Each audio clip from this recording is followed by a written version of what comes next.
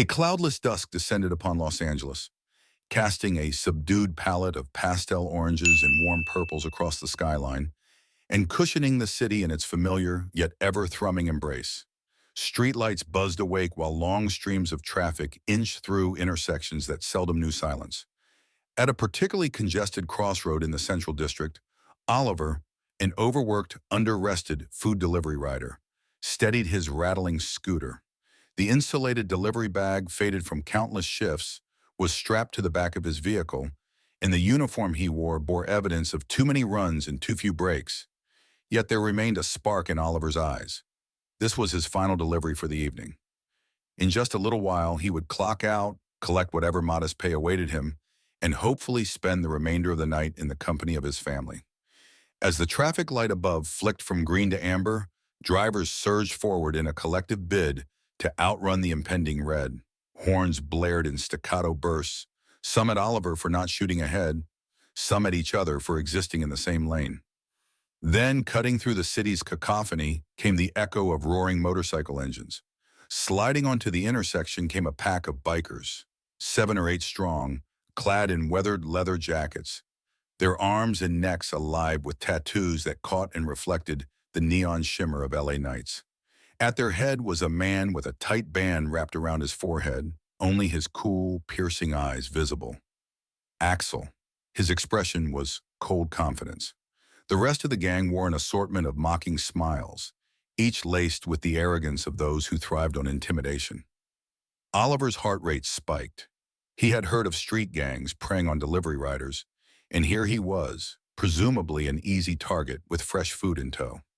The gang encircled him, the front wheel of one bike nearly grazing his scooter as they angled closer. A sneering voice rang out from one of Axel's associates, Chase, a lanky biker with a chain dangling from his belt. "Hey, delivery boy, what you got in that bag? Anything fancy?" With a swift and contemptuous yank, Chase tore the insulated bag right off the scooter, heedless of Oliver's protest. Pleas of, "Wait, please, that's for a customer," evaporated in the night air, swallowed by the gang's cutting laughter. They opened takeout containers of noodles, rice, and stir-fry, flinging morsels onto the asphalt as if it were their personal stage. A few cars away, Dwayne Johnson watched the commotion from the driver's seat of his unassuming sedan. The internationally celebrated actor, an embodiment of grit, resilience, and goodwill, usually took pride in navigating the city's roads himself, finding solace in brief moments of semi-anonymity. Tonight, he was simply heading across town to catch up with a friend, but fate had just tossed him into an unscripted moral crossroad. He watched the havoc unfold, the stolen food, the jeering taunts, and Oliver's stricken face. A slow, deliberate wave of anger welled in Dwayne's chest. He had witnessed bullies before, both on movie sets where egos exploded and in the earlier chapters of his life when resources were scarce. No matter how many times he encountered cruelty, it never failed to provoke his sense of justice. When the light finally turned green, the partial surge of vehicles left the intersection. Axel and his gang hurled what remained of the food at Oliver's scooter, cackling as they revved their motorcycles and sped off into a side street. Oliver, barely managing to steady himself, watched in helpless frustration.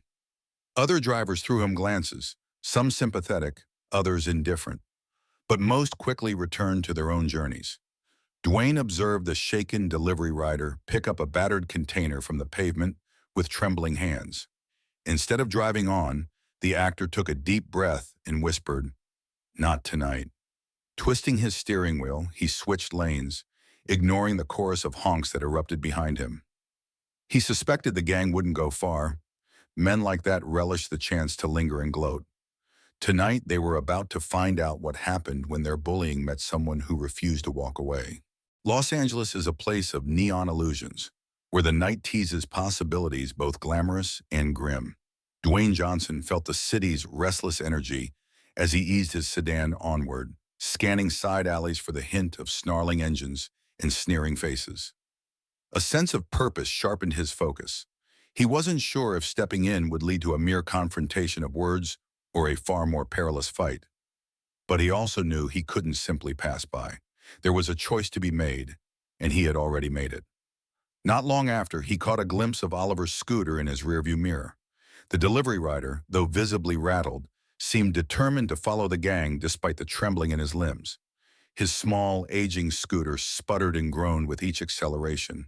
Yet Oliver persisted, spurred by something deeper than fear. Perhaps he hoped to retrieve whatever remained of the order or reclaim a shred of dignity. By the flicker of the streetlights overhead, Dwayne could see the resolve in Oliver's eyes. He wasn't going to let the offenders simply vanish into the city without some attempt at recourse. The roar of Axel's crew soon guided them to a dimly lit stretch of asphalt in front of a dilapidated parking lot. Rusted chain-link fences lined the perimeter, the surfaces daubed with graffiti that told the stories of countless restless nights. Under sputtering street lamps, a swirl of dust and discarded wrappers danced across the pavement. Dwayne parked at a safe distance and watched the gang as they roared into a spot, forming a circle with their motorcycles. They were laughing and tossing bits of food around as if partaking in a twisted game. Meanwhile, Oliver hovered at the periphery, his eyes darting between them and the battered remains of the stolen takeout.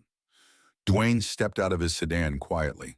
Despite his towering frame, he moved with careful composure, every step measured. A hush fell over the gang as they noticed his approach. The ringleader, Axel, was crouched beside a Ducati, a half-eaten meal container in one hand. A smear of sauce glistened on his fingers, which he licked off with brazen disregard. His cold gaze swept over Dwayne, assessing whether this newcomer would be a challenge or just another voice to be quelled with intimidation. From the corner of his eye, Dwayne saw Oliver hesitate, torn between staying back where it was safe or stepping forward to reclaim what was his. The quiet tension in the parking lot reminded Dwayne of the hush before an unpredictable scene in an action movie, except there were no stunt coordinators here to break up the conflict. If fists flew, it would be as real as the asphalt beneath their feet. The bikers eyed Dwayne with half sneers and restless energy. They outnumbered him 8-1, and no doubt they carried more than just talk.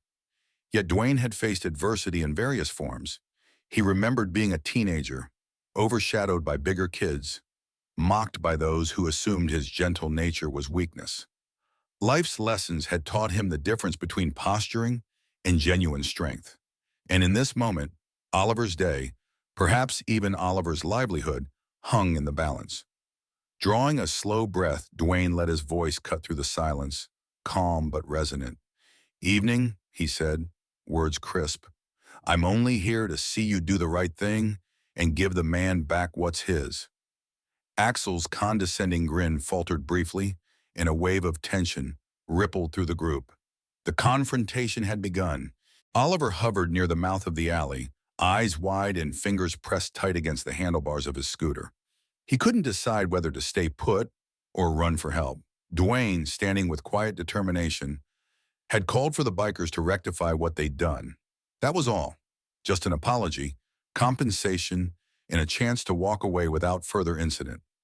But men like Axel usually found such demands intolerable. The tension snapped when Axel barked a short, humorless laugh. "Do the right thing?" he repeated, his voice dripping with derision. "You're in the wrong neighborhood for that, hero." His sneer widened. "Or maybe you've just got money you want to hand over, huh?" A few of his cronies joined in, chuckling under their breath, though the caution in their eyes betrayed the fact that they couldn't quite read this interloper who confronted them so brazenly. Dwayne let Axel's words hang in the air a moment. He could sense the gang trying to size him up. His height, his build, the unwavering set of his jaw. Some recognized him. There were flickers of disbelief, as if they couldn't be sure this was indeed the famed celebrity stepping into a deserted parking lot for some battered takeout. Yet their suspicion only fueled a brand of aggression. They had a reputation to maintain, and showing hesitation could fracture their image. In the faint flicker of the street lamp, Oliver saw Dwayne's posture shift. The actor took a single step forward, planting himself between the gang and the intimidated delivery rider. Gone was the familiar grin that people recognized from blockbuster films or talk shows. In its place was a quiet, controlled intensity. "Let's end this without anyone getting hurt," Dwayne said, his gaze moving from Axel to the others. "Give back the money, pay for the food you ruined, and apologize to Oliver here. Then you can ride off and leave him alone." A hush fell, broken only by the sizzling echo of a distant neon sign and the faint rumble of cars from the main street. Axel's lips curled in a snarl and he pounded his fist into his open palm. "Or else what?" he hissed, anger radiating off him. "I don't think you realize who you're messing with." Dwayne's eyes flicked to Oliver for a moment, noticing the raw fear that shone there. He looked back at Axel, expression resolute. "I get who I'm dealing with," he answered, voice calm. "And you're about to find out that numbers aren't everything." That was the final straw. Axel lunged forward without warning, taking a wild swing meant to knock Dwayne to the ground. But Dwayne sidestepped with surprising quickness, the blow sailing past his shoulder. The older man locked Axel's arm and pivoted, using the biker's momentum to send him stumbling toward a graffiti-stained utility box. The metallic clang reverberated in the parking lot as Axel crashed into it, shock twisting his features. Two more bikers jumped into the fray. One swung a tire iron, the other came in low, trying to tackle Dwayne's legs. Instinct from years of training for action roles, combined with real-life discipline, kicked in. Dwayne deflected the tire iron, twisting the wielder's arm until the weapon hit the ground. Then he whirled, pushing the second attacker aside with a powerful thrust from his shoulder. The man grunted and toppled backward in a sprawl of curses. From his vantage, Oliver watched the clash with tense fascination and dread. Part of him wanted to yell for the police. The other part was locked in place, uncertain if any outside help could arrive before things escalated beyond control. Yet he saw something in Dwayne's stance that held unwavering confidence. Maybe, just maybe, there was a chance this wouldn't end in tragedy. Eyes narrowed, Dwayne stepped back, scanning the circle of bikers. "Enough!" he warned, voice sharp. "Don't make this worse." But Axel, recovering from his collision, spat gravel out of his mouth, fury lacing every syllable. "You want worse? I'll show you worse," he growled, and gestured for his men to converge, their eyes glinting with the possibility of violence still to come. The gravity of the standoff weighed heavily in the stale air. A flicker of uncertainty passed among Axel's crew. No longer were they so sure their prey was helpless. Their typical method, intimidation by sheer presence, had been thwarted in a matter of seconds by this solitary figure who neither shook nor shouted. Dwayne had capitalized on their reckless lunges and was now standing with fists loosely raised, adopting a cautious but prepared stance. Oliver, off to the side, could only stare. In the dim glow of the street lamp, he witnessed how quickly the dynamic had transformed. 5 or 6 men remained in the circle around Dwayne, all edgy, all brimming with the adrenaline that preludes violence. Axel himself was still trembling with anger, rubbing his shoulder where he'd slammed into the utility box. "Stand down," Dwayne said, in a low voice, glancing at each biker in turn. "You've got nothing to gain by taking this further." His words were calm, but it was the calm of a man who fully believed in the ultimatum he was handing out. Axel's grin oozed contempt. "We'll decide when we've got nothing to gain." He tilted his head, and 2 of his men lunged again. It was a calculated move to attack from multiple angles. One aimed high, swinging a chain overhead like a makeshift whip, while the other bent low, charging at Dwayne's midsection. Dwayne felt the muscles in his back tighten as he dropped into a crouch. The chain whooshed overhead, grazing the top of his scalp but missing its target. In a fluid motion, he caught the lower attacker's arm, redirecting his momentum and sending him sprawling across the cracked pavement. The man with the chain cursed, adjusting for a second attempt, but Dwayne stepped in before the chain could gain momentum, grabbing the links near the handle and twisting the biker's wrist in a secure hold. A yelp of pain shot through the night air, and the chain clattered to the ground. Seizing the chance to break free, Dwayne shoved the chain's wielder backward.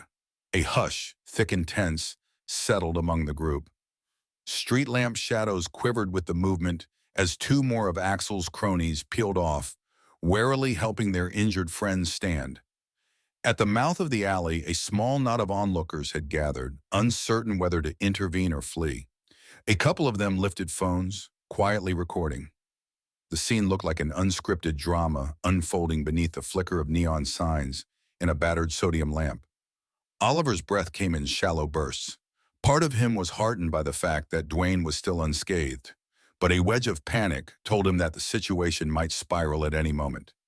There were still enough bikers to pose a threat if they attacked in tandem. With desperation creeping into Axel's eyes, he seized an iron pipe from the ground. Charging forward, he swung violently at Dwayne's flank, hoping to finally land a blow.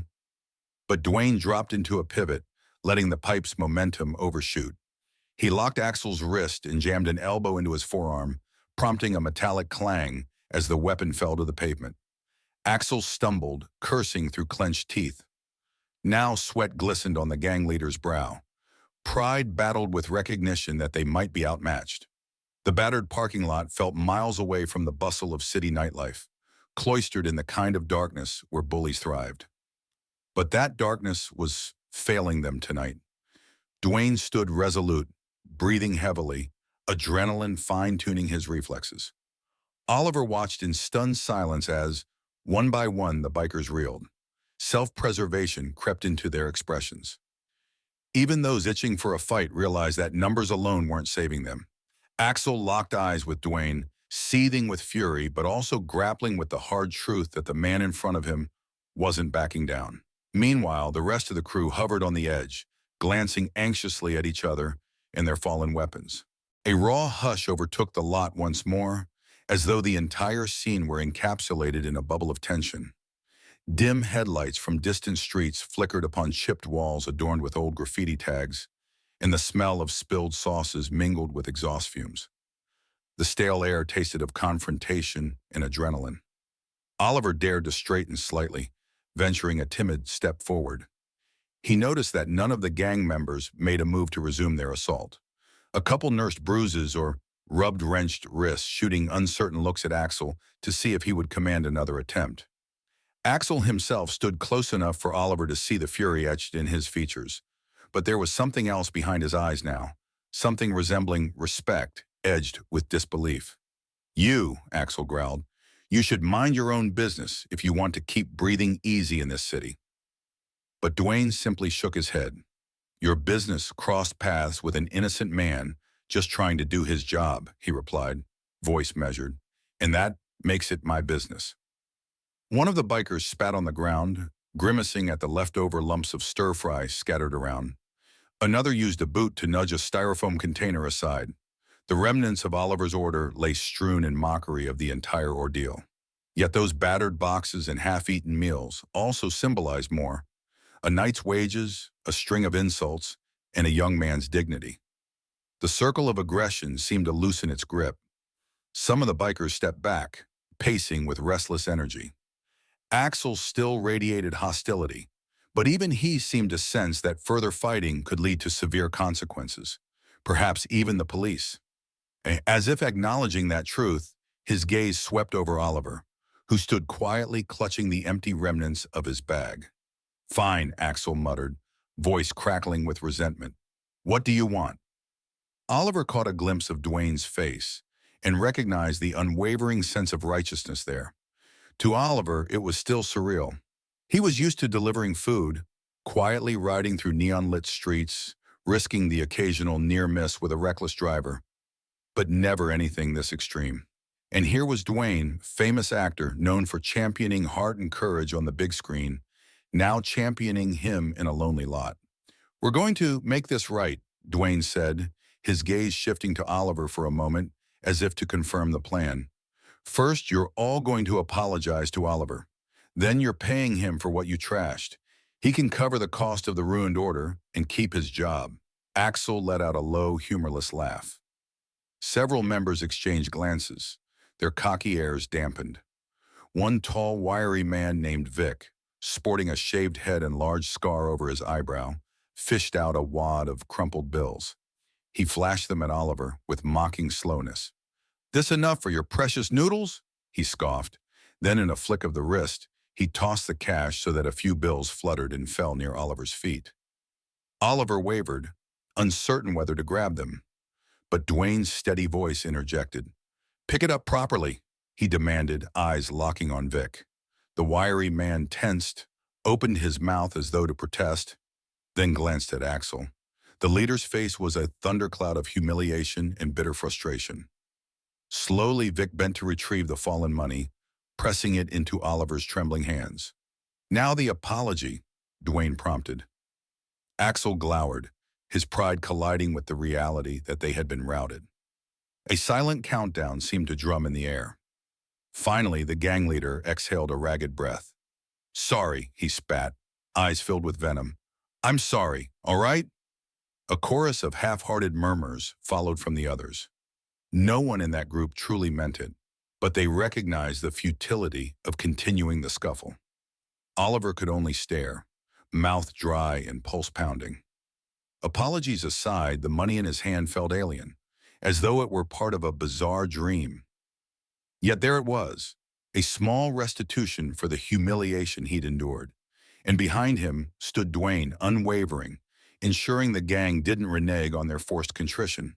With uneasy silence thick in the air, the bikers began collecting themselves.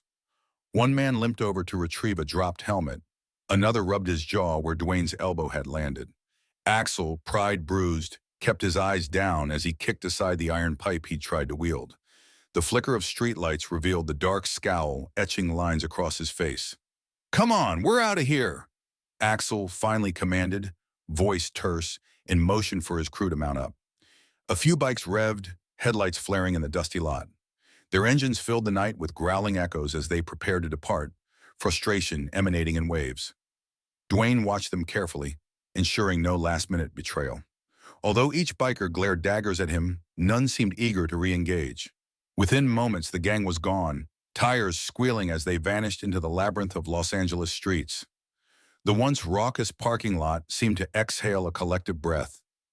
All that remained were the scattered remnants of Oliver's takeout, the faint flicker from a buzzing street lamp, and the unraveling tension that still sent a tremor through Oliver's hands. Dwayne turned to him, expressions softening from resolute focus to genuine concern. "You all right?"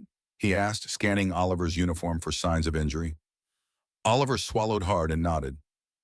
I'm okay," he managed, though his voice came out shaky. "Thank you."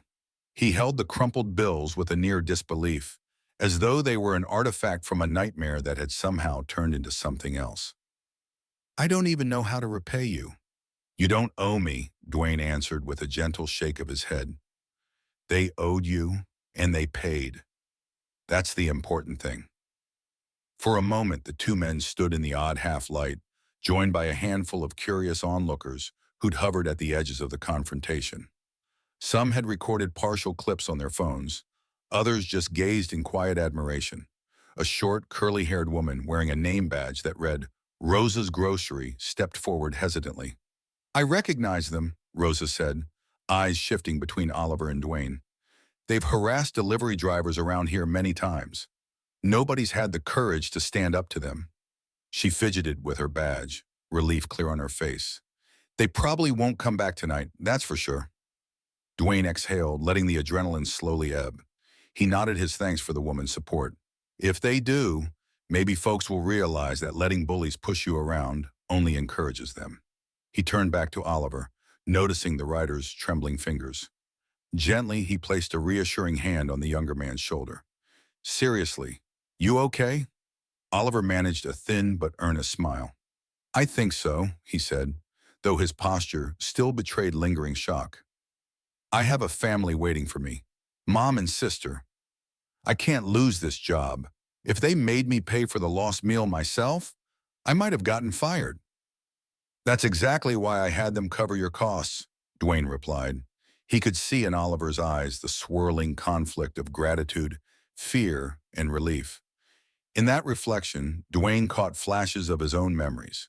Times in his youth when losing a single paycheck could have toppled the precarious balance of rent and groceries.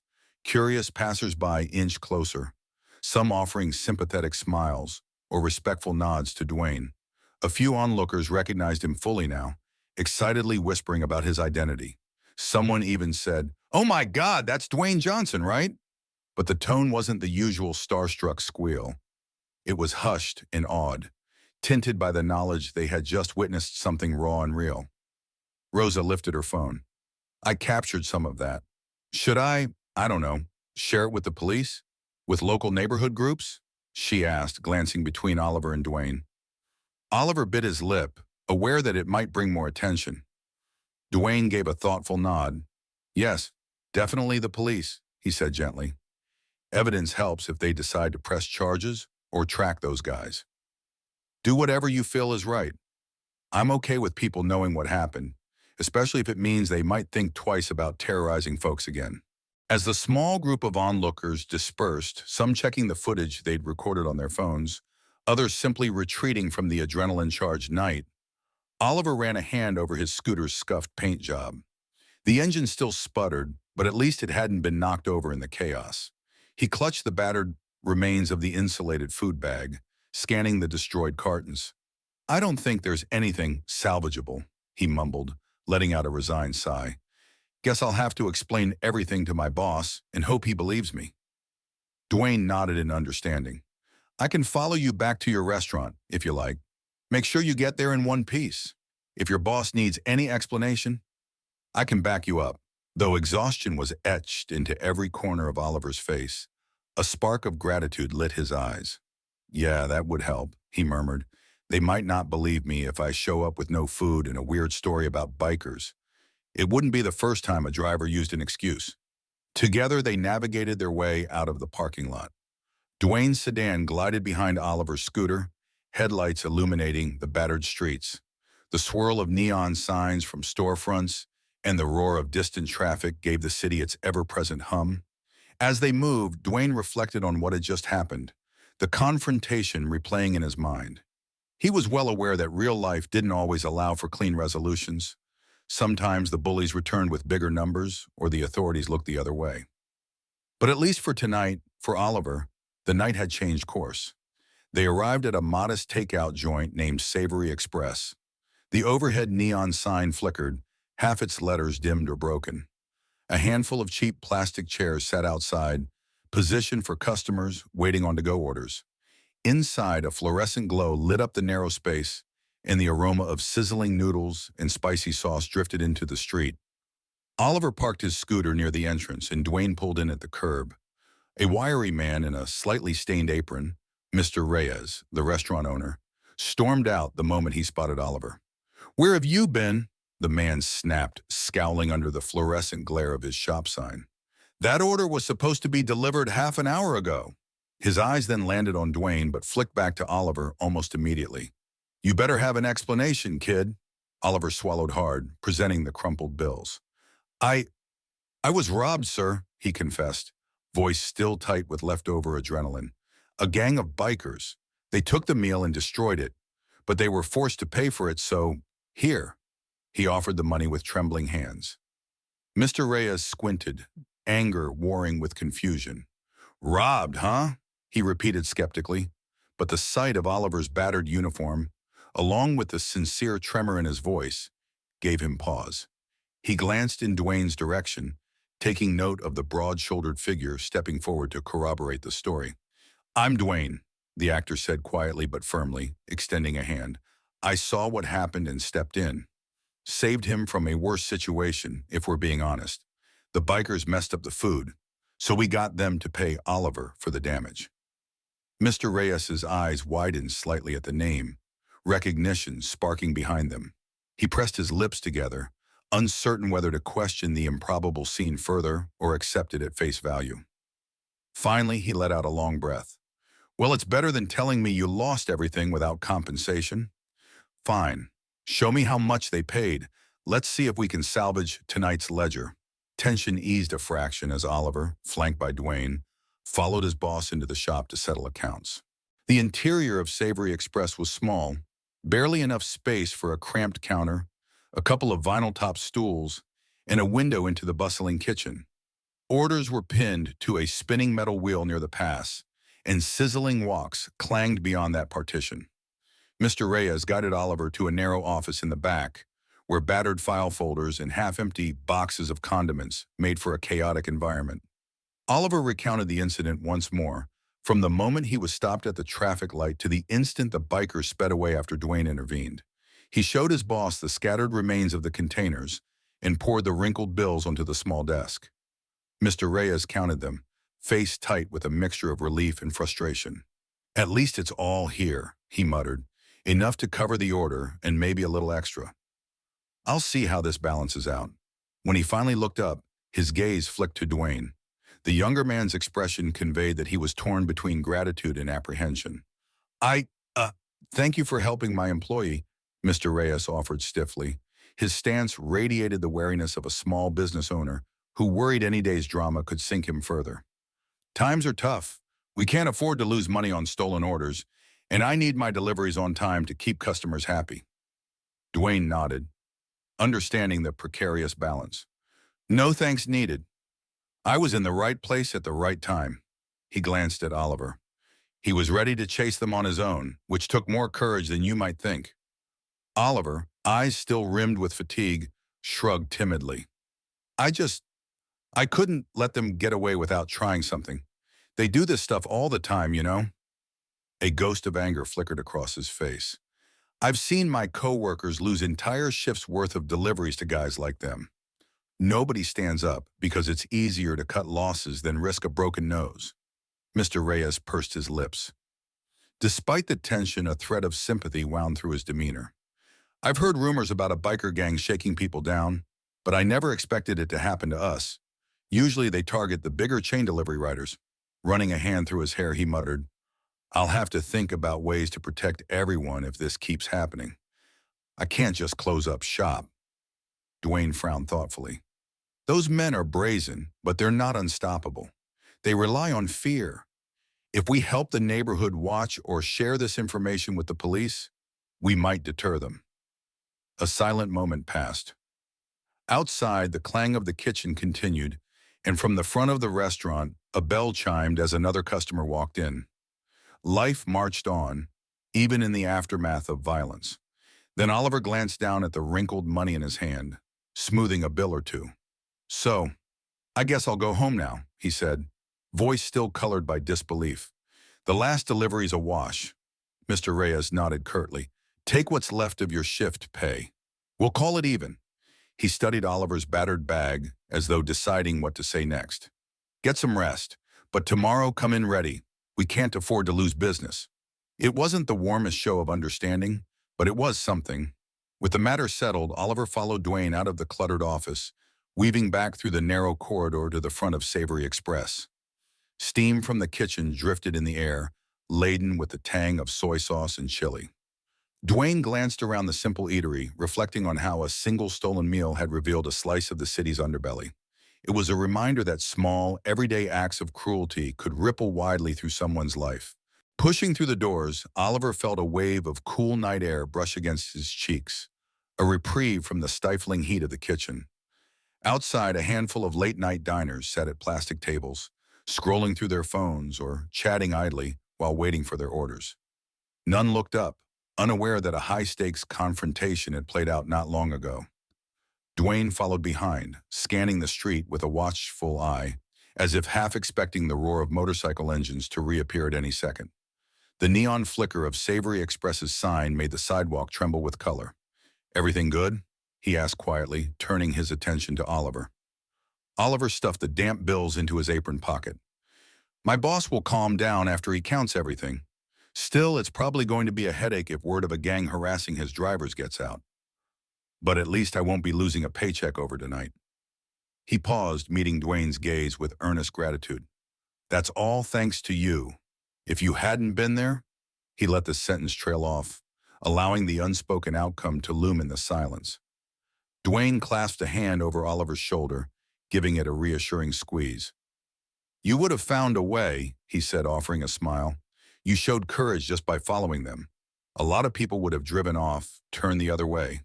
Oliver's cheeks warmed slightly at the compliment. It's just that losing that meal could cost me my job, and I can't let that happen. My mom and sister need me. We're still trying to catch up on bills since Dad passed. The final word came out more softly, laden with grief. Dwayne nodded, empathy flickering in his eyes. I'm truly sorry. He paused, considering how just a single stolen order could topple precarious finances. He'd lived his own chapters of hardship, though now, with fame and fortune, it felt like another lifetime. But it never stopped him from recalling what that fear felt like. and how one small misfortune could cascade into disaster. The city hummed around them, traffic signals blinking, occasional laughter from a group leaving a bar down the street. In the distance, a siren wailed, reminding them that Los Angeles never really slept. Oliver gave a lingering glance at his scooter, then turned back to Dwayne. "It's been one hell of a night," he said, voice tight with the exhaustion finally settling in. "But at least it's over." Dwayne looked thoughtful, a shadow crossing his features. "If they see you again on the roads, they might try something else. I don't want to scare you, but these types sometimes hold grudges." Oliver's mouth drew tight, and he nodded. "I've thought about that. At least I've got their money, and I'm hoping the police or whoever sees the videos might crack down on them." After a hesitant beat, he ventured a small, shaky laugh. "Though part of me still can't believe I had Dwayne Johnson showing up like some real-life vigilante to save the day." A modest grin tugged at the corners of Dwayne's mouth. "I'm no vigilante, just a guy who couldn't stand to see you get bullied." As if in response, the overhead sign buzzed and flickered. The dull hum of the city enveloped them both, and for a moment, they stood there in a kind of companionable silence, each reflecting on the improbable series of events. Finally, Dwayne asked, "Where do you live? Need me to follow you home?" He scanned the road again, protective instincts on alert. Oliver shook his head. "No, I'll be fine. My place isn't far, just a few blocks. But thank you for everything." Dwayne extended a fist, which Oliver bumped lightly. "Stay safe," the actor said, sincerity anchoring his words. "And remember, you're stronger than you might think." Eventually, Oliver climbed onto his scooter, and Dwayne watched as he buzzed off into the night. The young man's taillight vanished around a bend in the road, heading toward a cluster of modest apartment buildings not far from the restaurant. Only then did Dwayne exhale a sigh that felt heavy with the weight of the evening's events. It struck him just how fleeting these collisions of fate could be, and how easily they might be missed if one simply looked the other way. Slipping back into his sedan, he switched on the engine and pulled into the flow of traffic. He was already late for his meetup with an old friend, Damian Parker, a buddy he hadn't seen in quite a while. They had planned a simple, relaxed get-together, but the night had thrown him a different script, one that might still be rattling around his thoughts long after his final goodbyes. As he drove, his phone vibrated with a message from Damian. "Hey, you okay? Been waiting a while. Let me know if something came up." Dwayne typed back a quick reply at a stoplight. "Ran into trouble. Be there soon, promise." He left it vague, guessing that Damian would be curious enough to press for details later. Glancing out the window, Dwayne noticed remnants of the city's bustle, a group of teenagers skateboarding under a flickering lamp, a pair of night shift workers waiting for a bus, and a homeless man shuffling by with a cart piled high with blankets. The city breathed in 100 different rhythms, each soul with its own battles. But Oliver's battle had been front and center tonight, a prime example of how easily lives could derail if malice had its way. He thought back to Axel and his gang, remembering their cold sneers and loud bravado, the way they had casually stolen someone's entire evening for the sake of a cheap thrill. Dwayne wondered if they would brush off the confrontation, or if it would plant a seed of caution in them. He couldn't help but feel a surge of relief that it hadn't escalated to something deadlier. Real fights didn't come with choreographed stunts or safety measures, and one unlucky strike could turn a moment of heroism into tragedy. The roads eventually led him out of the neon glow into a more residential area, where tall oak trees lined the streets and small porch lights twinkled amid garden shrubs. Pulling into Damian's driveway, Dwayne turned off the engine and sat for a beat, letting the quiet of the neighborhood wash over him. Finally, he stepped out, muscles aching from tension. Damian stood on the porch, arms folded, eyebrows pinched in playful exasperation. "You said you'd be here ages ago," he teased, but the worry behind his eyes spoke volumes. Then he grinned. "But you look like a man who just wrestled a few bears. So maybe I'll cut you some slack." Dwayne's laughter was short but genuine as he headed up the walkway. "Close enough. Let's just say I had an unexpected showdown." Damian ushered him inside, offering a cold drink in a frosty glass. The house was warm and inviting, with a subtle scent of roasted coffee, beans, and cinnamon-laced candles. The snug living room, scattered with movie memorabilia and framed photos, felt like an oasis after the turbulent confrontation. He sank onto the couch, the weight of the night still lingering in his muscles. Damien eyed him curiously, taking a seat opposite. "So," he began, pushing a plate of snacks in Dwayne's direction. "What happened?" Dwayne sipped from the cold glass, letting the ice cubes clink. It felt good against his throat, cooling the adrenaline that had simmered for so long. He took a slow breath, considering how to phrase the story. "I saw a gang of bikers harassing this delivery kid, Oliver, near an intersection. They took his food, started messing with him, and left him there. I couldn't just watch." Damien's eyes widened. "You mean you jumped into the middle of a biker gang's intimidation game?" He set his drink aside, leaning forward. "Why am I not surprised that you'd do that?" A rueful chuckle escaped Dwayne's lips. "I guess I still have trouble ignoring bullies. Oliver was about to lose his entire paycheck if they got away with it. Anyway, I followed them, and it turned into a full-on confrontation in some deserted parking lot." "Dude," Damien muttered, dragging out the word in half disbelief, half amazement. "That sounds more intense than any film scene you've done. You okay?" Dwayne rolled his shoulders, noticing the stiffness. "Yeah, I'm fine. A few of them took swings. One tried to land a blow with a pipe, but, well, we managed. Let's just say I convinced them to apologize and pay the kid for what they destroyed." His grin was wry, but relief glimmered behind it. "It was either that or let them beat him to a pulp." Damien sat back, hands steepled, and exhaled. "LA never fails to surprise me. You think you're safe in the city lights, but darkness is darkness, even here. Good on you for doing something, man. Not many would put themselves at risk that way." A flicker of seriousness crossed Dwayne's face. "I know, but at the same time, doing nothing felt wrong. That's the thing about bullies. If no one stands in their way, they escalate." He drank again, letting the icy liquid ground him in the comfort of a friend's home. "I'm just worried they'll come back for him. You know, hold a grudge." Damien shrugged thoughtfully. "Maybe, but from the sound of it, you shook them. Bullies hate looking weak, especially in front of a crowd. And if someone got the footage, maybe the cops will step in, or at least the neighborhood watch." Dwayne recalled the many phones pointed in that direction and nodded. "Yeah, hopefully. I gave some advice to the local store owner, told her to share the video with the authorities. She said she would."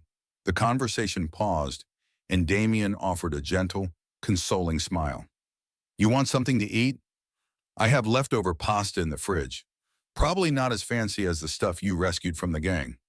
A short laugh slipped out. "You know, I still feel bad for the customer who never got their dinner. But sure, I'll take some pasta. I haven't eaten since noon." And the cozy domesticity provided by Damien's house contrasted sharply with the gritty showdown from earlier. Yet it was a reminder that life went on. In the space of an hour, Dwayne had gone from confronting thugs to chatting about pasta under a warm lamp. Damien stood, heading into the kitchen. He called back over his shoulder, "You might have to tell me the blow-by-blow details. Or do I get to wait for the tabloids to spin some crazy Dwayne Johnson brawls with LA Gang headline?" Dwayne suppressed a groan, knowing that exact scenario might be around the corner. As Damien clattered around in the kitchen, Dwayne leaned back on the sofa, allowing himself a moment of introspection. It wasn't every night that you ended up exchanging blows with a street gang. He'd done action films, played characters who took on waves of villains, but the real world lacked the safety net of choreographers and stunt padding. The scrapes on his knuckles still tingled, a tangible reminder of how close things had come to going sideways. He remembered Oliver's wide, terrified eyes, the young man's uniform stained with grease and fear.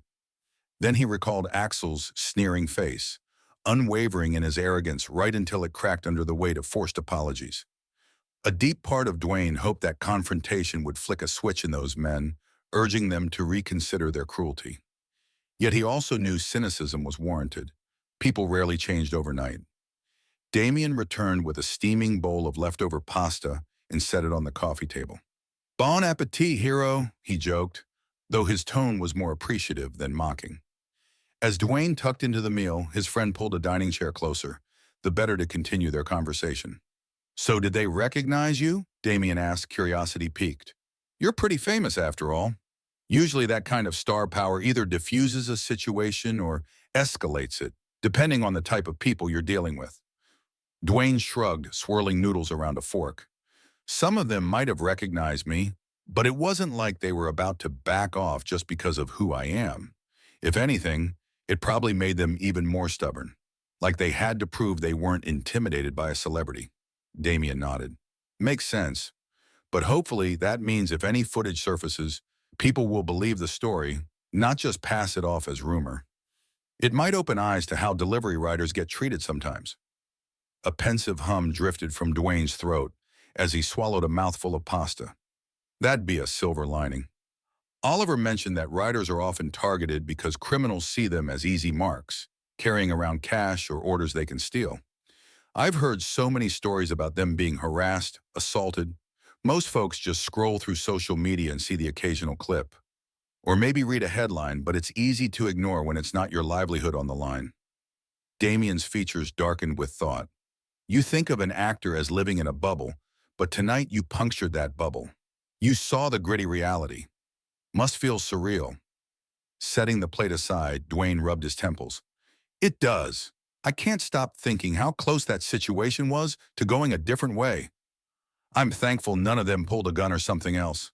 I might have ended up in the hospital or worse, and that poor kid would be out of a job. Or worse." Damien slid a reassuring hand across Dwayne's shoulder. "But you're here, safe, and so is Oliver. You did a good thing, man. You might just have changed that kid's whole perspective on life. Sometimes that's worth a few bruises." His words resonated, easing the tension in Dwayne's posture. Tipping his head in agreement, the actor allowed a small smile. "I hope so," he murmured. "I really do." Meanwhile, in a modest apartment not too far from Savory Express, Oliver parked his scooter in a narrow space between a battered sedan and an overflowing recycling bin. The adrenaline had ebbed, leaving a hollow, uneasy feeling in his stomach. He clutched his delivery bag to his side as he climbed a few concrete steps to the second floor. Inside, the apartment was dimly lit by a single floor lamp.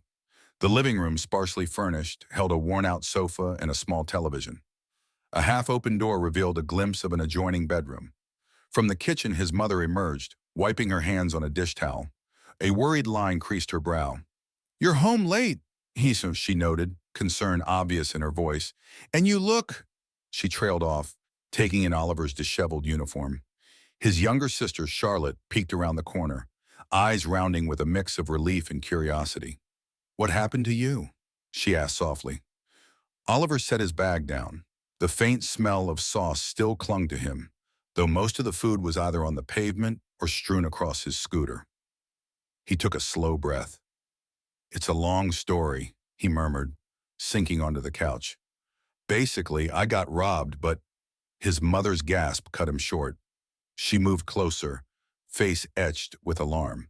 "Robbed? Are you hurt? Should we call the police?" Charlotte hurried over, checking Oliver's arms for bruises or cuts. It's okay," Oliver tried to reassure them, though his voice trembled slightly. "I mean, it's not okay, but I'm in one piece. They took the order, but someone helped me get compensated. I ended up not losing my job, which is the big thing." Charlotte's eyes gleamed with relief. "Who helped you?" she pressed, perching on the arm of the couch. "Was it the police?" Oliver shook his head, face still reflecting the lingering awe. "No, it was Dwayne Johnson, the actor. He saw the whole thing and followed these bikers into a parking lot. He basically fought them off, like a real-life action scene. If he hadn't jumped in, I don't know what would have happened." His mother exchanged a glance with Charlotte, disbelief evident. "Dwayne Johnson?" she echoed, almost stumbling over the name. "Are you sure?"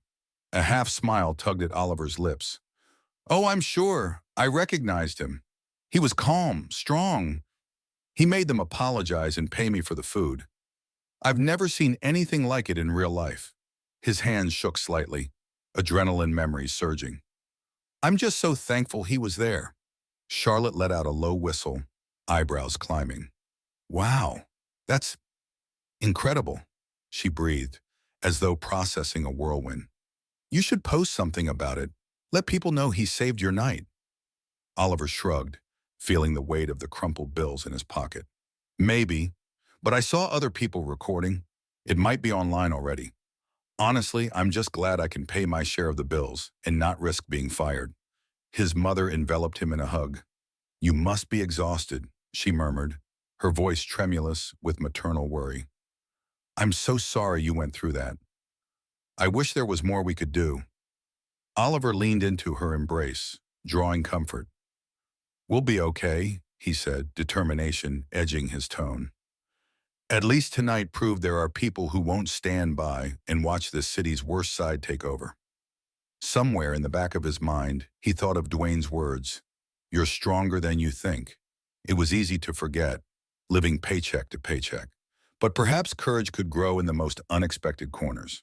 Back at Damien's home, the conversation shifted to lighter topics once Dwayne had finished recounting the confrontation in more detail. Damien shook his head in disbelief. Man, you really ended up in some back alley brawl. Talk about stepping into a whole new role. Stretching slightly, Dwayne felt his muscles protest. Yeah, well, I wouldn't say I enjoy playing that part in real life, he remarked with a wry grin. But I wasn't about to let Oliver get beaten or robbed. Too many people in this world choose to look away, and that's how these gangs keep getting bolder. Damien leaned forward, voice softening. You know, what you did might really catch on. People might talk about it, share it. You could be trending for reasons no PR team could have anticipated. Just be prepared for that storm. Dwayne's features darkened momentarily. I've thought about it. The last thing I want is to look like I'm chasing headlines for playing hero. But if it helps expose what these writers face daily, maybe it's not a bad thing. A comfortable lull settled between them, the hum of the fridge in the kitchen, the glow of a small lamp near the window. These mundane details reminded Dwayne that not every corner of the city was steeped in hostility. Reaching for his phone, he noticed a message from an unknown number. Thank you. Got home safe. Telling my sister there's still good people in LA. Oliver. A tiny smile curved his lips. Damien noticed the shift in expression. Good news. Dwayne nodded, pocketing the phone. Yeah, Oliver just let me know he's home safe. Makes me feel better, knowing he's with his family. Damien's eyes glinted with approval. See, that's the payoff. You made a difference, man. Outside, a hush settled over the neighborhood, broken only by the distant rumble of a passing car.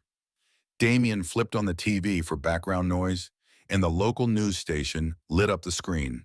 A chirpy anchor recapped the day's events around the city, none of which included the incident involving Dwayne and the bikers.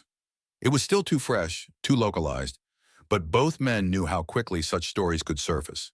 Before long, Dwayne pushed himself to his feet, stifling a yawn. The excitement of the night had begun to wear off, replaced by fatigue and the dull ache in his shoulders and arms. Damien rose to walk him to the door, flipping off the living room light as they went. Take care, buddy, Damien said, clasping Dwayne's forearm in a friendly gesture. And if you ever plan on fighting a gang again, at least shoot me a text first. Dwayne laughed quietly. Let's hope that was a one-time event. He hesitated, then added, although, from what Oliver said, that gang has caused trouble before. If I find out they're still messing with people, a thoughtful note entered his voice. We'll see. Damien nodded, fully aware that once Dwayne set his mind to something, it was hard to sway him from a path of doing what he believed was right. All right, man, drive safe. With a final wave, Dwayne stepped into the mild LA night. Overhead, the stars fought to shine through the city's light pollution, and a gentle breeze rustled the leaves. Slipping behind the wheel of his sedan, Dwayne mulled over the swirl of thoughts still in his head. Oliver's relieved face, Axel's bitter scowl, and the uncertain question of what might happen tomorrow.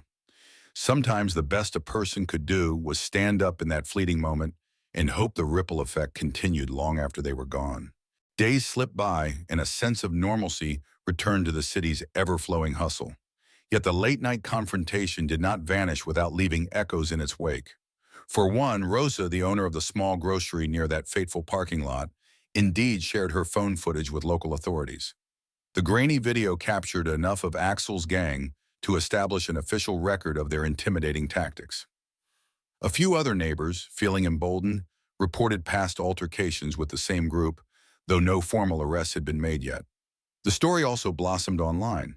A couple of short clips depicting Dwayne Johnson facing down the bikers surfaced on social media.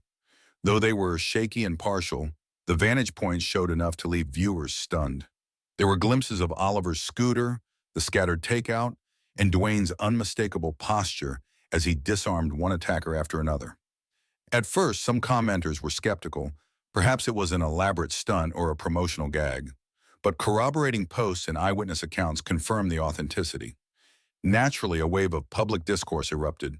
Headlines popped up in local and entertainment blogs.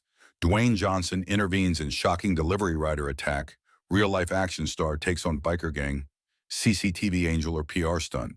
People debated the motivations, some praising him for stepping up, others claiming it was irresponsible to endanger himself. But the more tangible impact was how the videos brought attention to the plight of food delivery workers, who often risk their safety for modest pay. Oliver noticed a subtle shift too. The new sense of unity in his neighborhood gave him renewed confidence. Regulars at Savory Express asked if he was that guy from the viral video. Some offered tips or extra kindness, commending his bravery for standing up to criminals. Mr. Reyes, initially gruff, softened his demeanor toward Oliver, perhaps realizing how quickly a dedicated employee could be lost to violence. Dwayne, for his part, experienced the media swirl in waves. He received calls from acquaintances, some wanting interviews, some expressing concern for his safety, and others simply wanting to confirm the story was real. A few tabloids pushed sensational angles, but Dwayne mostly shrugged them off. When asked directly by a reputable outlet, he offered a short statement. "I didn't do anything extraordinary. I just didn't walk away." Yet behind these public reactions, there remained the lingering question of whether Axel's gang would resurface, seeking revenge. In certain corners of Los Angeles, rumors persisted that Axel had been humiliated, stoking talk that he might want payback. That gave Oliver a flicker of anxiety each time he set out with a fresh bag of deliveries after sundown. He was more watchful around intersections, scanning for the rumble of motorcycles. One evening, as Oliver checked his phone during a quick break, he spotted a short message from an unknown number. "Glad you're safe. Keep me posted if anything happens." DJ Oliver couldn't help but grin at the acronym. After debating a moment, he replied, "Will do. Thanks again." In truth, it felt surreal that a Hollywood star would check in on him, but it was also reassuring. He saved the message, hoping he'd never need to call on that offer of help. Back at his apartment, Oliver's mother reminded him nightly to stay vigilant, while Charlotte pestered him about maybe switching to a day job. But Oliver felt a stirring of new resolve. He'd faced one of the scariest nights of his life and come out intact. Thanks to one person's intervention, he realized that fear could be challenged, that cowering wasn't the only option. Fate, however, has a tendency to test the limits of resolve. About a week after the initial incident, Oliver found himself navigating a late delivery in a neighboring district. The roads were quieter than usual, with a light drizzle muting the neon hues of storefronts. A hollow rumble of thunder suggested heavier rain might not be far off. He was stopped at a red light, lightly tapping the scooter's throttle to keep the engine from sputtering out. His phone buzzed with a text, another order waiting. Then over the patter of rain, he heard the distinctive growl of motorcycle engines approaching. A spike of dread shot through him. A single glance revealed 3 bikers cruising up from behind. Their headlights cut through the gloom, illuminating Oliver's figure like a spotlight. Oliver's heart hammered. Could it be Axel's crew? The city was large, but not large enough to wipe away that worry. Quickly, he flicked his eyes forward, counting down the seconds for the light to change. A flurry of possibilities whirled in his mind. Should I run the red light and risk a ticket or an accident? Should I pull over somewhere with more people around? The bikers drew alongside him, 2 on one side, 1 on the other, flanking him. Their outfits were different from Axel's crew, but Oliver couldn't quell the tension in his gut. Then one of them glanced over, squinting through the drizzle. Oliver caught a glimpse of a grin beneath a wet helmet visor. "Got any deliveries for us, friend?" the biker shouted above the engine noise. Oliver swallowed, forcing himself to keep his composure. "Not tonight," he lied, mindful that the bag on his back clearly indicated otherwise. Another quick glance at the light, it remained stubbornly red. A cackling laugh followed. "Don't look so nervous," one of them sneered, revving his engine. But before things could escalate, the traffic light finally flicked green. Oliver twisted the throttle, the scooter sputtering forward. For a nerve-wracking second, he thought the bikers might choose to follow, but they hung back, letting him accelerate into the main thoroughfare alone. He risked a glance in the side mirror to see them fade into the drizzle. Relief crashed over him so powerfully that he nearly forgot to breathe. Later that same night, while unloading at Savory Express, Oliver found himself wishing he had a direct line to Dwayne's unwavering presence. But he knew he couldn't rely on being rescued every time. He had to find his own footing, to stand tall if cornered. Even so, the moment rattled him enough that once his shift ended, he decided to text a brief note. "Hey, nearly had a run-in with another group of bikers. All good, but can't lie, it scared me." He didn't expect an immediate reply, but one arrived within minutes. "Glad you're safe. Keep your eyes open. Let me know if you need anything." Oliver's shoulders relaxed slightly, grateful for the reassurance. "Thanks, DJ will do." Around him, the bustle of the late-night kitchen carried on as if nothing had happened. Pots clanged, orders were announced, and Mr. Reyes gave Oliver a nod, maybe his own quiet way of checking that his employee had returned unharmed. Stepping back out into the drizzle, Oliver pulled up his hoodie and trudged toward his scooter. Despite the tension in his chest, he found a small, comforting thought. He wasn't standing alone in this city of endless lights and shadowy corners. For Dwayne, the following weeks were a whirlwind of professional commitments. Meetings, a couple of script reads, a charity event he had committed to, but his mind periodically drifted back to Oliver. Even in the glow of stage lights or the hush of a production studio, he recalled that young writer's trembling yet determined face. The memory of that night in the parking lot pressed him to think about how to leverage his platform for more than just blockbuster hits or social media banter. He spoke quietly with a few local community organizers, learning about grassroots efforts to protect delivery drivers and small businesses in vulnerable neighborhoods. Some proposed designated safe zones, better street lighting, or direct lines to local law enforcement. Others suggested small meetup groups where riders could band together, offering a measure of safety in numbers. Dwayne was intrigued, though he kept a low profile, not wanting to overshadow the people who had been fighting this fight far longer. One evening in an off hour, he found himself reviewing the shaky phone clips that had captured his scuffle with Axel's gang. He analyzed each second, noting how quickly a simple intimidation turned into open violence. Despite his own successful intervention, he felt a pang of frustration that these incidents were a frequent hazard. Lives shouldn't hinge on the off chance that someone capable of defending them happened to be nearby. Meanwhile, Oliver continued his deliveries. Life was hardly glamorous. Late shifts, meager tips, and the occasional suspicious glare from those who recalled rumors of the kid with the celebrity rescue. Yet Oliver found a renewed sense of self-worth. Knowing that someone had once stood beside him in his darkest hour inspired him to stand taller, to keep going even when the city's undertow felt relentless. A sense of tentative calm prevailed, though neither Oliver nor Dwayne fully believed Axel and his gang were gone for good. Rumors circulated that Axel had run into trouble with a rival group, or that the police were inching closer to charging him with assault. Whispers also mentioned sightings of him on quieter streets, rolling with only a few close cronies. Oliver kept a watchful eye and tried to keep a low profile, but an undercurrent of unease lingered. And then, seemingly out of nowhere, Dwayne received a text from Oliver on a cool Sunday afternoon. "Hey, I know this might be weird, but we're having a little neighborhood meeting about safety for riders and store owners. Rosa from the grocery, some folks from around the block. I thought maybe you'd want to come?" Even just to show support. Reading the message, Dwayne felt a twist of surprise and humility.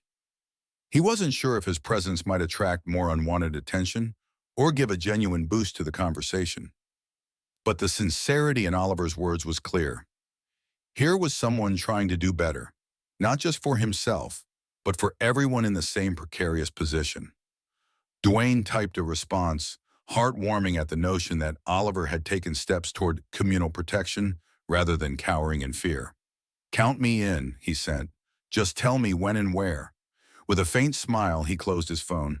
Perhaps real change started with such small seeds, neighbors and riders banding together, refusing to let bullies rule their streets.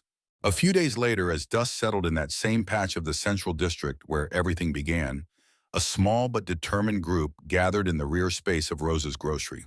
The store had temporarily closed early to host the meeting, chairs set up between shelves stocked with canned goods and produce. Handwritten posters about community watch and rider safety decorated the walls. A portable coffee urn stood on a rickety table, next to plates of cookies donated by a local bakery. Oliver arrived just before the meeting started, greeting Rosa with a polite smile.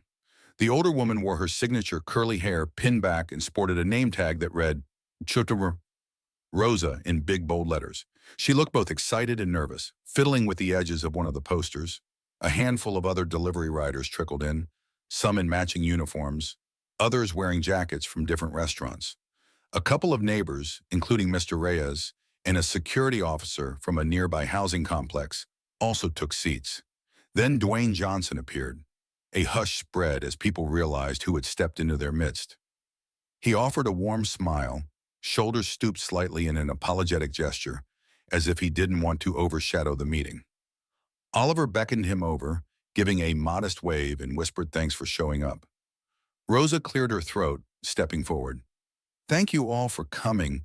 We've had some trouble with thieves and harassment in our neighborhood, especially targeting delivery riders. We want to figure out what we can do, together, to protect ourselves and help each other." People began sharing experiences, riders who had their bikes pushed over, meals stolen, or were verbally abused. A father from down the block recounted how his son stopped delivering food after being threatened by a group demanding service for free. Mr. Reyes admitted he'd nearly closed Savory Express on late nights out of fear for his employees' safety. The stories built upon each other, painting a grim reality. Listening intently, Dwayne felt a renewed heaviness in his chest. Yes, he had managed to intervene once, but these issues were systemic. His gaze drifted to Oliver, who spoke about how the confrontation with Axel nearly cost him his job, and how Dwayne's intervention had shifted the tide for him personally. But Oliver also acknowledged he couldn't always rely on luck or a generous celebrity to save him. When it came time for open discussion, the floor turned to Dwayne. He stood, clearing his throat, and offered a humble nod. "I'm not from this neighborhood, but that night opened my eyes to something I hadn't fully understood. Delivery riders are vulnerable, and too often people look away. I'm here tonight because I believe we can do more." He cited ideas he'd gleaned from local organizers. Group texts for active riders to check in when they spot suspicious behavior, designated safe stops at stores willing to give riders quick refuge, and pushing for more streetlights or cameras at hotspots. People listened, nodding. Some took notes. Even Mr. Reyes, who had been skeptical of stirring up trouble, seemed interested. The meeting concluded with plans to follow up, gather more neighbors, perhaps invite local law enforcement. Dwayne noted the sense of unity, the determination rippling through the group. These people wanted to reclaim their streets. As the gathering wound down, Oliver caught Dwayne by the exit. "Thank you for coming," the young man said, voice resonating with genuine gratitude. Dwayne gripped his shoulder. "Thank you for inviting me." Outside, the city's ambient glow painted the sidewalks. It wasn't a perfect solution, but it was a start. A sense of promise floated in the air, carried by the conviction that sometimes a single act of courage on a random night in a lonely parking lot could ripple into lasting change. And in that awareness, both Oliver and Dwayne found a shared hope, believing that bullies thrived only when no one stood against them. Here at least a new stand was taking shape, forging stronger bonds in a more vigilant neighborhood.